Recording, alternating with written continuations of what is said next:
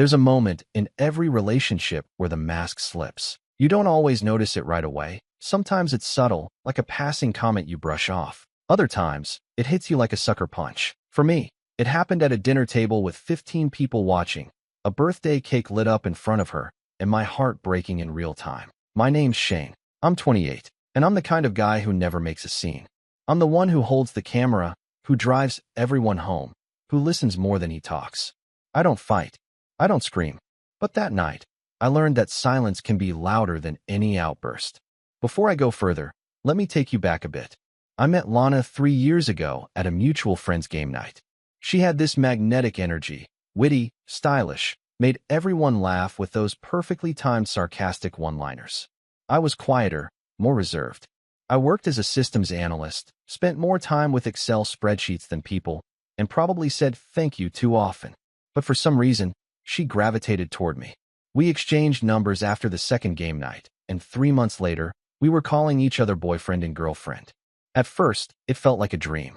Lana made me feel alive, like I'd finally stepped out of the background and into something brighter. But over time, I started noticing things. Small things. Subtle digs in front of friends. Jokes that landed just a little too hard. "You're lucky I like nerds," she'd say with a playful shove. Or, "That shirt's cute. Looks like something my dad would wear." I laughed along. That's what you're supposed to do, right? Laugh it off. Don't make a big deal. Don't ruin the mood. And honestly, most of the time, it didn't feel cruel. Lana was the kind of person who poked fun at everyone, and it was part of her charm. But every now and then, something in her tone shifted. It would sting for a second longer than it should. I told myself it was just my own insecurity talking. We'd been together for over 2 years when her 27th birthday rolled around. She wanted to do something low-key but classy, so she booked out a private room in a restaurant downtown. Candlelit tables, dimmed lighting, the kind of place where dessert costs more than a tank of gas. She looked stunning, as always. Black dress, gold earrings, perfectly done nails. And when she walked in, everyone turned to look. I felt proud just standing next to her. Her friends had already filled up the long table by the time we arrived. I recognized most of them from previous get-togethers. People she'd grown up with, co-workers from her marketing firm, and a few of her Instagram-famous friends who'd probably live-streamed their entrance. Her parents came too, looking like they'd stepped out of a catalog. Her mom in a white blazer and heels, her dad in a crisp blue button-up. They gave me the usual nod hello, barely breaking eye contact with their phones. They'd never warmed up to me. Maybe because I wasn't a finance bro with a jawline sharp enough to cut glass. I had picked up the cake earlier that day, a custom thing with her favorite chocolate ganache and gold lettering, and I'd paid for the dinner in advance. It wasn't cheap, but I wanted her to feel special. I was raised to believe that when you love someone, you show up for them. You take care of things, even if they don't ask. The dinner went as expected. A lot of inside jokes I wasn't a part of. Conversations that circled around people I didn't know. Every time I tried to chime in, the topic shifted. It wasn't malicious, just exclusive. Lana thrived in that world. I was just visiting. She introduced me twice as my Shane, like I was a pet she was proud of. Her friend Brittany asked me what I did, and when I explained my job, she gave me a smile and said, "Wow." I'd fall asleep at my desk. Everyone laughed, including Lana. I laughed too. What else could I do? Then came the moment. Dessert had been served. The waitress dimmed the lights, and the birthday cake was brought out, candles flickering as everyone sang. Lana looked radiant, blowing out the candles in one perfect breath. Her mom stood to make a toast, something about how proud they were of her, how she was always destined for greatness. Her friends clinked glasses. I leaned over and whispered, "Happy birthday, babe." She smiled, that teasing glint in her eyes, and then, like she had planned it, rehearsed it even, she turned to me and said loudly enough for everyone to hear, "You're lucky I even date you." And then she laughed. Not a soft giggle. A laugh. Loud and sharp. Her friends joined in. Even her mom let out this tight chuckle, like she didn't want to be the only one who didn't find it funny. The whole table turned into a ripple of amusement. I sat there, stunned. I think my mouth opened slightly, but no sound came out. I scanned the table. Some people looked awkward, a few shifted in their seats, but no one said anything. No one stood up for me. Not even Lana. Especially not Lana. Something cracked inside me then. Not loudly. Not dramatically. More like the soft snap of a thin wire that had been stretched too far for too long. I took a breath, pushed my chair back slowly. My heart was pounding, but my hands were steady. I stood up, didn't yell, didn't flip the table, didn't even look her in the eye. I just said, "Thanks for the reminder." And I walked out. No goodbye, no scene, just gone. I didn't even realize how cold the night air was until I hit the sidewalk. I kept walking, my hands shaking now, my phone buzzing in my pocket. I didn't check it. I needed air. Space. Time to think. 3 hours later, I was home, sitting on the edge of my bed, replaying the moment over and over like a looped video. The way she laughed. The way they all did. I didn't know what hurt more, her words or their silence. That's when my phone lit up again. This time, it was from her best friend, Tessa.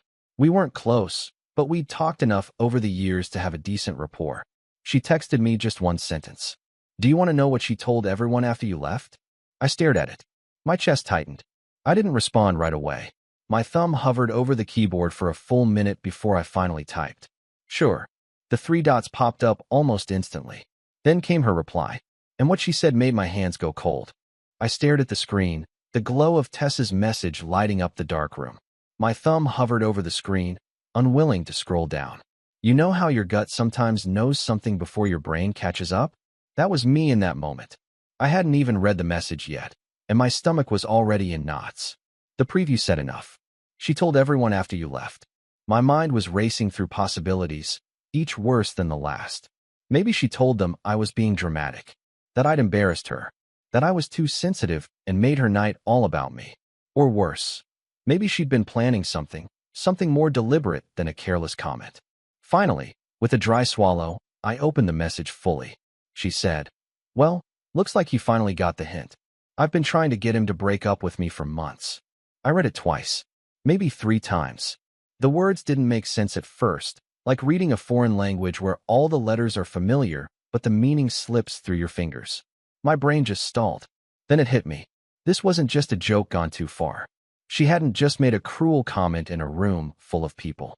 She had meant it. She wanted me gone. And worse, she'd weaponized her humiliation of me to get what she wanted. My walking out hadn't been a surprise or an overreaction. It was exactly what she wanted.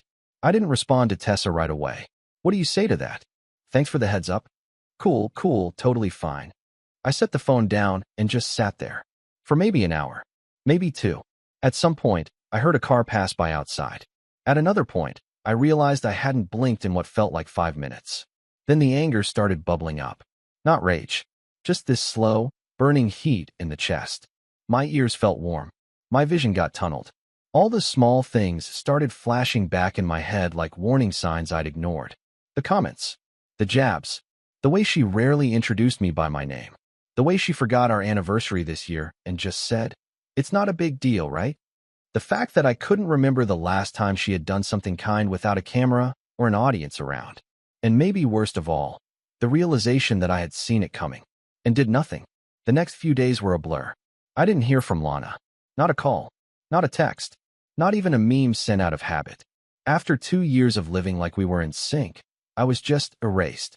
I kept checking my phone like an idiot, hoping maybe she'd say something, anything. An apology. A defense. Some kind of explanation. But she'd said it all that night, hadn't she? He finally got the hint. Tessa messaged me again on Tuesday.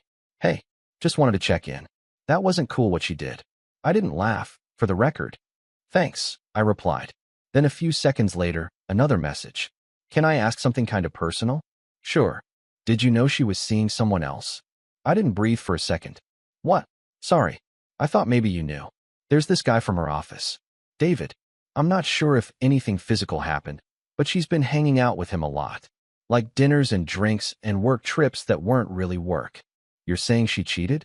"I'm saying she emotionally checked out a long time ago and didn't have the guts to say it." I felt my jaw clench. That slow-burning anger I'd been pushing down started rising again. My mind was doing that thing it always did, trying to rationalize, trying to play devil's advocate. Maybe it's just a rumor. Maybe Tessa's wrong. Maybe I misunderstood. But no, this wasn't about a rumor. This was a pattern. It all made too much sense. The late nights. The last-minute plan changes. The way she'd started dressing up more for quick work meetings than for our actual dates. I needed to talk to her. Not to scream, not to argue, but to confirm what I already knew in my gut. I texted her late that night. Can we talk? No response. The next morning, still nothing. But then I saw it. A tag photo on Instagram. Lana, sitting next to some guy I didn't recognize at a rooftop bar. Drinks in hand. That same head-tilted smile she used in every photo where she was trying to look effortlessly glamorous.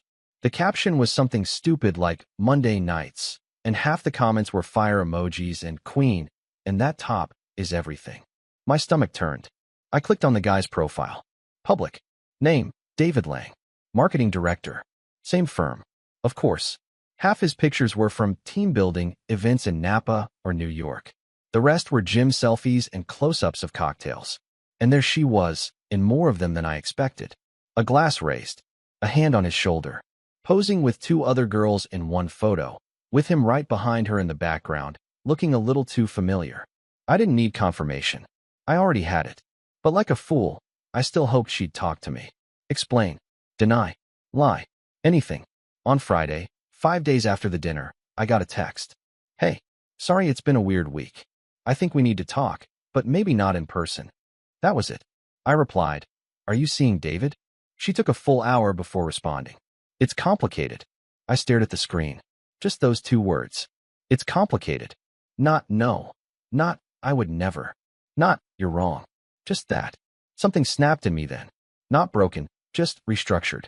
Whatever hope I had left, whatever pieces of me were still waiting for this to work out, got buried under that single sentence. I didn't respond. And suddenly, I was back in my apartment with too many memories and not enough explanations. That weekend, I finally opened the drawer where I'd been keeping the envelope. It was Lana's birthday gift. I hadn't given it to her yet. I'd planned to give it to her after the dinner, once we were alone. I thought it'd be more personal that way, more special. Inside the envelope was a weekend getaway package, 2 nights at a secluded spa resort up in the mountains. Booked and paid for. I'd added a note that said, just us. No phones. No cameras. Just peace. I held the envelope in my hand for a long time. Then I tore it in half. And again. And again. That should have been the end of it. But life has this way of pulling you back in when you think you've finally stepped away. The next morning, I got a call. Not a text. A call. It was from my mom. She said Lana had stopped by the house. Let me backtrack a little. My family isn't the closest, but we're civil. My mom's the kind of woman who believes in appearances more than authenticity, and my dad is, well, a man of few words, most of them mumbled behind a newspaper. Lana had met them a few times over the years. My mom adored her.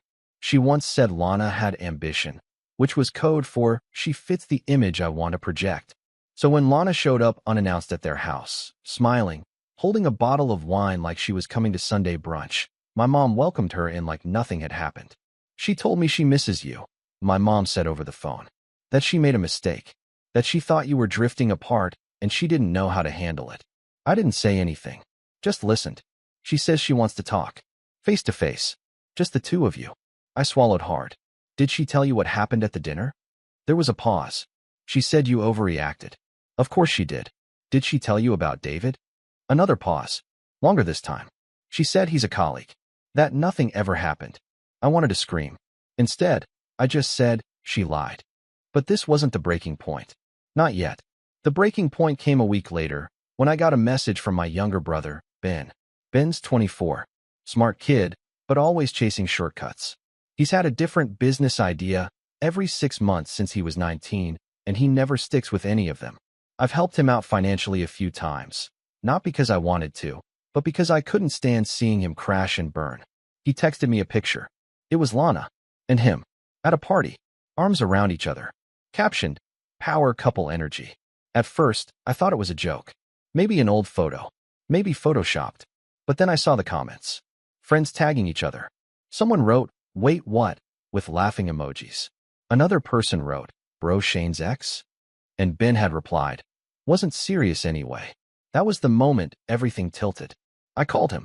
Straight to voicemail. I called again. Then I got a text. Don't be weird about it.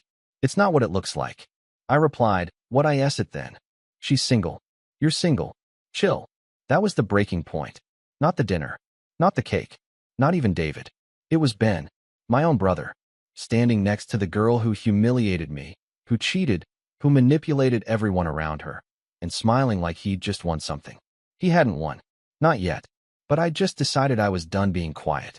I was done being the guy who walks away. For the first time in years, I was completely alone. Not in the physical sense. There were still people around me, texts coming in from old college friends asking how I'd been, coworkers nodding politely in the break room. But emotionally, I was a ghost. I moved through my life like I was watching someone else live it. I stopped checking social media. I stopped responding to group chats. I even stopped going to the gym, which used to be my only way of blowing off steam. There was too much noise in my head and nowhere to put it. The fallout from the Lana and Ben situation hit harder than I expected. At first, I told myself it was just betrayal. Simple, cold, easy to name. But it was more than that. It was disorientation. Like I'd been living inside a house I thought I built brick by brick, only to find out someone else had swapped the walls while I slept. Lana had mocked me publicly and tried to spin it as a joke. She was probably telling her friends I was emotionally unstable or too sensitive. And Ben, my own brother, my own blood, he didn't even have the decency to apologize. Just a shrug in emoji form and silence after that. I avoided family for a while. My mom sent texts, voicemails. Just come for dinner, sweetie. We don't have to talk about anything serious. But I knew what she meant. Let's pretend it didn't happen. Let's keep the family machine running, even if the engines rusted through. I wasn't ready to sit at a table where someone might mention Lana's name without choking on it. At work, I faked it, smiled when needed, hit deadlines, took a few sick days here and there, claiming a stomach bug when I really just lay in bed staring at the ceiling. I told myself I just needed time, that the hurt would fade, that eventually I'd laugh at how naive I'd been. But the truth was, the silence hurt more than the betrayal. No one reached out. No one checked in. I'd spent years supporting other people, listening to them vent, helping them move apartments, lending money I never expected back, and when I needed someone, I was met with air. The rock bottom moment came about 2 weeks after everything blew up. I'd ordered takeout, eaten it straight from the container, and left the mess on the coffee table. I was lying on my couch, TV playing a rerun of a show I didn't care about, when I got an alert on my phone, a Venmo request. From Ben. He'd requested $60. The note said, Ubers and drinks. Lana's idea, winky face. I stared at it for a full minute. I thought my heart might stop. Not because of the money, $60 wasn't going to bankrupt me. It was the note, the smugness, the cruelty. He was rubbing it in, proud of it, like he wanted to see how far he could push before I snapped. And maybe, for a moment, I wanted to. I wanted to drive to his apartment and confront him. Yell, break something, make him feel something. But then I realized that's what he wanted. He wanted me off balance, humiliated, furious, because in his warped little world, if I reacted, I lost. So I didn't respond. I blocked him. I deleted the request. And then I turned off my phone and sat there in the dark, staring at my own reflection in the black TV screen. That night, I slept for 12 hours straight. The next morning, something had shifted. I can't explain it easily. It wasn't a dramatic, I'm going to turn my life around kind of moment. It was quieter, more practical. I got up, cleaned my apartment. I threw out the half-empty bottles of shampoo Lana had left behind, boxed up the hoodies she used to wear, and put it in a donation bag. I changed my bed sheets. Bought new ones, actually, dark green, thick cotton. They felt like armor. I made myself a real breakfast. Eggs, toast, fresh coffee. I didn't even look at my phone until after I'd eaten. For the first time in weeks, I felt awake. That day, I made a list. Not a revenge plan or anything dramatic. Just a list of all the things I had let slide while I was with Lana. Cancel and use gym membership I'd kept because she liked the sauna.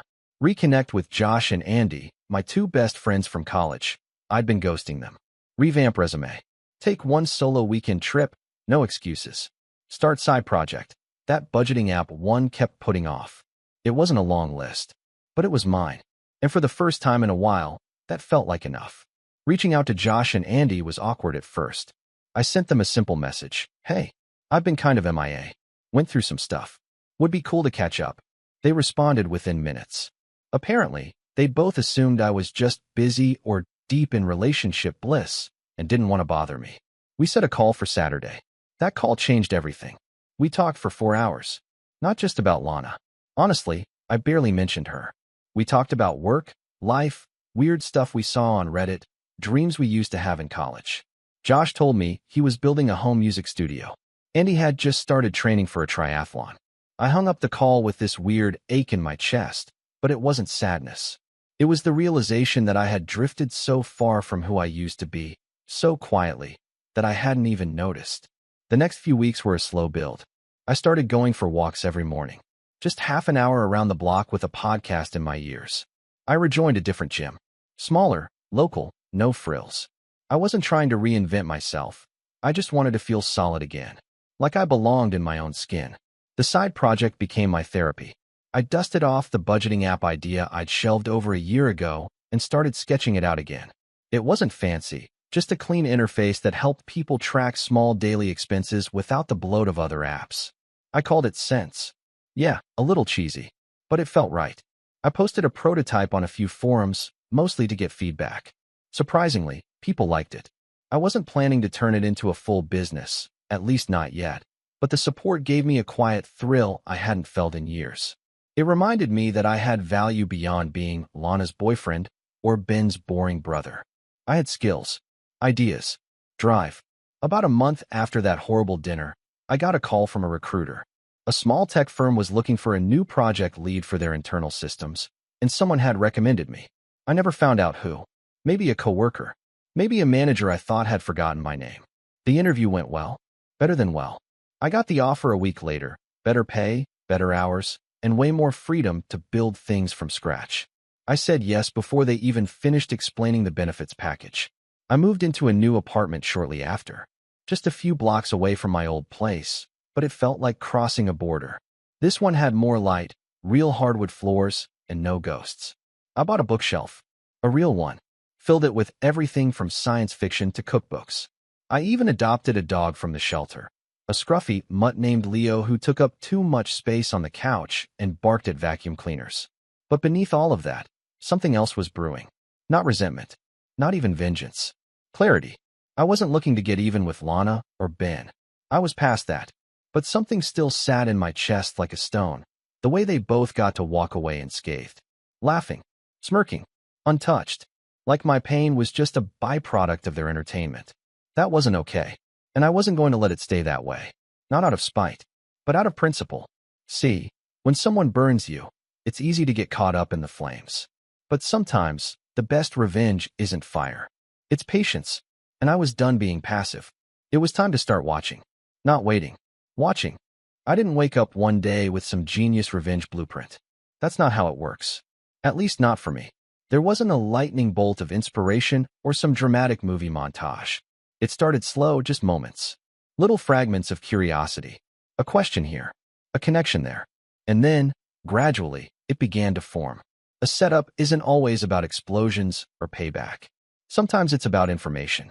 About understanding what really happened, because you can't take your power back if you don't know where it was stolen. And somewhere between moving on and moving up, I realized I didn't just want peace. I wanted clarity. I wanted truth. And if the opportunity came, I wanted them both, Lana and Ben, to understand that I wasn't the same Shane who quietly slipped out of that dinner party. I wanted them to feel what it was like to have the ground pulled out from under them. Not by force, but by fact. It started with Tessa. We hadn't talked since her last message, but she'd kept watching my stories. I don't usually post much, but lately I'd been sharing updates. Nothing obvious, just casual shots of Leo at the park, late-night coffee runs, pieces of the budgeting app taking shape on my laptop. I could tell she was still watching, still curious. So one evening, I sent her a message. Hey, you free for coffee sometime? She replied 10 minutes later. Thought you'd never ask. We met at a quiet little place halfway between her place and mine. No cameras. No Lana. Just two people sitting down with a couple lattes and a strange kind of unspoken understanding between them. She didn't waste time. I'm just gonna say it, she said, pulling her hair back and leaning in. I'm sorry for what happened. I knew she was getting mean, but I didn't know how far it had gone until that night. I nodded slowly. You didn't laugh. I didn't, she said, but I didn't say anything either. And I should have. Her honesty disarmed me. I wasn't there to guilt her. I wasn't even mad at her. If anything, I respected her more for showing up now. I took a sip of my coffee and then said, Can I ask you something weird? She raised an eyebrow. Try me. What do you know about her and my brother? Tessa looked uncomfortable for a second. She tapped her fingers on the side of her cup. It's messy, she said. I don't know everything. But I know they started talking more after the breakup. At first, she told people it was innocent. That Ben was checking in on her. Then she showed up to a party with him, and everyone just kind of accepted it. I nodded. Do you think it started before the breakup? I'd bet money on it, she said. Lana's not the type to wait around. She was already emotionally out the door months before that dinner. You could see it in how she treated you. It was like she was trying to push you out without having to be the bad guy. I swallowed the bitter taste in my mouth. Not from the coffee. You still talk to her? I asked. Barely. She doesn't like being around people who challenge her version of the story. I raised an eyebrow. What's her version? Tessa gave a small, bitter laugh. That you were clingy, controlling, jealous, that she tried to be kind and let you down easy, but you made it difficult. I let out a breath through my nose and looked away. Tessa leaned in again. But Shane, no one really believes it. I mean, some of her friends do, sure. But the ones who've known her long enough? They know she rewrites reality whenever it suits her. It was validating. A relief, even. But it still didn't answer the bigger question burning in my head. Why Ben? Why my brother? Tessa must have seen the look in my eyes, because she said, You really want to understand this, don't you? I need to, I said. She hesitated for a moment, then pulled out her phone. There's something I didn't tell you, she said. I wasn't going to get involved, but I think you deserve to see it. She opened her gallery, scrolled for a bit, and then handed me the phone. It was a screenshot of a text conversation. From Lana. The date was 2 weeks before the birthday dinner. I swear, he's like a puppy. So desperate to please. I keep dropping hints, but he just won't leave. Ben's way more fun. Shane's like wallpaper. My heart sank. Another screenshot followed. This time from Ben. You're not going to back out, right? I already told Mom you and I were hanging out. She thinks it's just friendly. LOL. I handed the phone back slowly.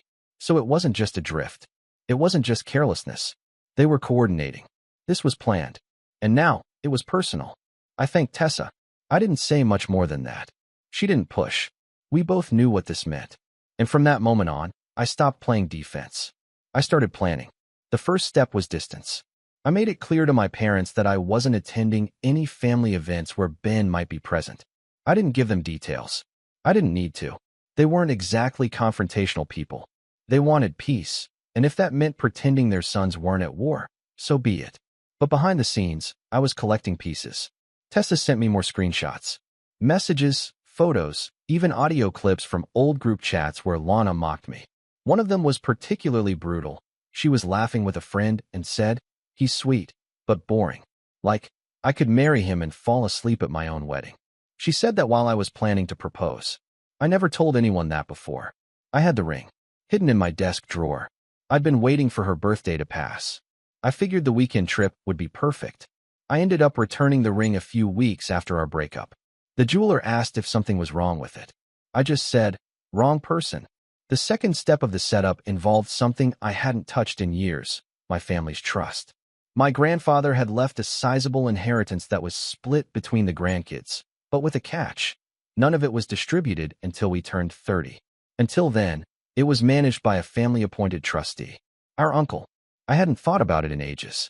But something about Lana's obsession with image and money made me wonder. I called my uncle and asked if he could send me a breakdown of the trust allocations. I framed it as financial planning. He was happy to oblige.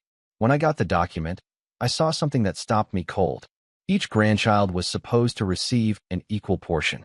Except Ben's was bigger, by $25,000. I called my uncle again. Hey, quick question, I said. Why does Ben's portion have a boost? There was a pause on the other end. Huh, he said. That doesn't sound right. Let me check. A day later, he called back. So you were right. There was a recalculation done 2 years ago. Your mother asked me to reallocate based on need and potential. I didn't think anything of it at the time. My mouth went dry. She told you I didn't need it? More like, Ben needed it more. I thanked him and hung up. Now I knew. Not just what they did, but how they thought. Ben and Lana believed I was a stepping stone. Steady, reliable, safe, and disposable. They thought they'd win. But here's the thing about quiet people like me. We listen, we learn, we wait, and eventually, When the time is right, we act. I wasn't ready to strike yet. Not without a plan that left no room for them to wriggle out. I didn't want drama. I didn't want a scene. I wanted irrefutable impact. So I kept building. The app, Sense, took off faster than expected. A few influencers in the finance space picked it up. Nothing huge, but enough to drive consistent downloads. A freelance writer from a tech blog reached out for an interview. I accepted. Shared my story, not the breakup, but the inspiration, feeling invisible in your own life, tracking every penny just to feel in control again. People related. Investors began circling. Small ones. Friends of friends with seed funding looking for their next bet. I wasn't asking for millions. Just enough to grow the dev team, add a few features, maybe expand the brand. By the end of the month, I'd formed an LLC, registered the trademark, and quietly made a list of every person who doubted me. Lana, Ben, even my mom. I wasn't going to gloat. I wasn't going to rub it in. I was going to let the truth speak for itself. But the real opportunity, the perfect opportunity, came when I learned something through a mutual friend. Ben was planning to propose to Lana at our family's lake house, the one that still had my name on the deed, because my grandfather left it to both of us. 50-50, and I had never signed off on transferring full ownership. They didn't know that, but they were about to. The first time I visited the lake house, I was 9. It was early spring and still too cold to swim, but my grandfather handed me a set of oars and told me to row anyway. If you're gonna love something, he said, you gotta know how to work for it. That place wasn't just a summer escape. It was a symbol, the one piece of family history untouched by drama, scandal, or lies. And now, somehow, it was about to be the setting for Ben's proposal to my ex-girlfriend. The same woman who humiliated me in front of a room full of people. The same brother who called me wallpaper. The same people who treated me like a stepping stone. They chose my grandfather's house. My house. And they thought I'd do nothing. That was their first mistake. Ben must have assumed that because I hadn't said anything in months, I'd moved on. He probably figured the legal stuff around the lake house had sorted itself out. After all, I hadn't been there in years. But legally, my name was still on the deed. 50%. No renovations could happen without my signature. No bookings. No events. No weddings. They didn't know that I'd quietly updated the house's ownership files and flagged the property with the county for maintenance concerns, specifically, outdated plumbing and a roof inspection request I'd filed 6 months ago that had finally kicked in. All of it was about to matter, because Ben had planned the entire proposal as a surprise getaway weekend. Just Lana, a private chef, some fake rose petals, and one borrowed family heirloom ring, my grandfather's ring, the one originally intended for me. Yeah, I know. That was the second mistake. He didn't even ask. He just took it, told my mom he wanted to honor Grandpa. And she, being the kind of woman who's more invested in optics than outcomes, said yes. She didn't even think to ask me. But Tessa had heard about it. Word gets around, especially when it involves Lana posting cryptic Instagram stories like, "Can't wait for this weekend." Ring, with champagne emojis. Tessa sent me the date, the time, and the whole plan. Ben was taking Lana up Friday night. The proposal was scheduled for Saturday evening, during sunset, by the dock. The ring was already packed. The chef had been hired. The photographer, an old college friend of Ben's, was booked. And the only thing they didn't account for? Me. I waited until Friday morning to make the call. The local maintenance office answered on the third ring. "Hi, this is Shane Reynolds. I filed a work order a few months ago for the property at 112 Shady Pines Lane, the lake house." "Ah, yeah? I see it here. Plumbing and roof inspection. Still pending. I need to escalate it. I'm co-owner, and the house is being used this weekend without my consent. I believe that's in violation of our co-ownership agreement." There was a pause. "Would you like us to schedule the inspection?" "Please," I said. "Tomorrow. First thing." I hung up and exhaled slowly. I wasn't nervous. I wasn't even angry anymore. I was calm, in control, focused. Then I called the security company. The lake house had cameras, not for spying, just basic ones for motion detection and property safety. Ben had probably assumed I didn't check them anymore. But I did. That night, I watched from my laptop as his car pulled into the gravel driveway.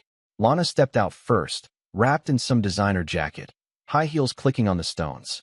Ben followed with a smug grin and a bouquet of flowers. They unlocked the door, walked in, and disappeared from view. They looked happy. like nothing had ever happened. But tomorrow, they'd remember me.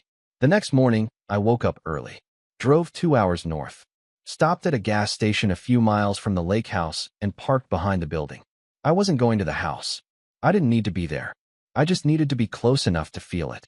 At 8:12 a.m., the maintenance van pulled into the driveway. I watched it on my phone. The feed was crystal clear.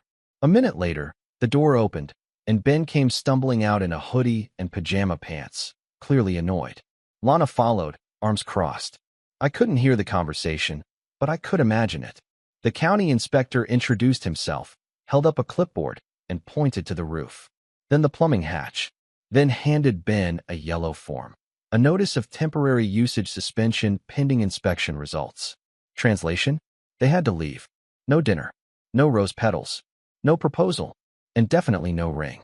I sipped my coffee and watched them pace the porch, arguing. The best part? Lana stormed off first. She got into the car, slammed the door, and refused to get out. Ben stood there, helpless, gesturing wildly at the inspector, who had already turned his attention to the roof tiles. By 10 a.m., they were gone. That should have been enough. But the story wasn't done yet. I still had one more card to play. On Sunday, I emailed my mother. The subject line was simple. Regarding the ring. The body? Hi, Mom. I heard Ben took Grandpa's ring for a proposal. I assumed this was a misunderstanding, as the ring was passed to me after Grandpa passed. It's clearly listed in his will.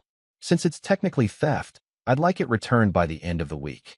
Otherwise, I'll be filing a formal report. Hope you understand. Shane. No emotion. No blame. Just facts. She replied 3 hours later. I had no idea it was left to you. I'll make sure Ben returns it. Please don't escalate. 3 days later, the ring was delivered to my office in a padded envelope. No note. No apology. But it didn't matter. I dropped it off at a jeweler the same afternoon and had it locked in a private safe deposit box. For me. For someday. For someone who actually deserved it. And just when I thought it was all done, I got a message from an unknown number. It was Lana. Was this all you? The lake house. The ring? The email to your mom. I stared at the message for a long time. Then I replied. I told you once. Thanks for the reminder. That was it. No gloating. No victory lap. Just the same words I'd said the night she humiliated me, now returned with full weight and clarity. I blocked the number and never heard from her again. As for Ben, we haven't spoken since. I heard through a cousin that Lana dumped him a few weeks later. Told him she wasn't ready for something serious. No one seemed particularly shocked. My mom tried to reach out once or twice after that. Passive-aggressive texts like, hope you're doing okay, and family is still family, but I didn't respond. Family is earned, not inherited. And the people who stood by and watched me get cut down aren't owed anything from me now. I've rebuilt my life in full. The app is thriving. I hired a small team, 2 developers and a part-time content manager. We're launching a new version next month. I started dating again, slowly, intentionally. No more illusions. No more masks. Leo's still here, snoring at the foot of my bed every night like a furry little guardian. And me? I'm not angry. Not anymore. Because the best revenge isn't rage. It's reinvention. And I've never felt more like myself. I used to think silence was weakness. But now I know silence is power. Especially when it follows your final words. Thanks for the reminder.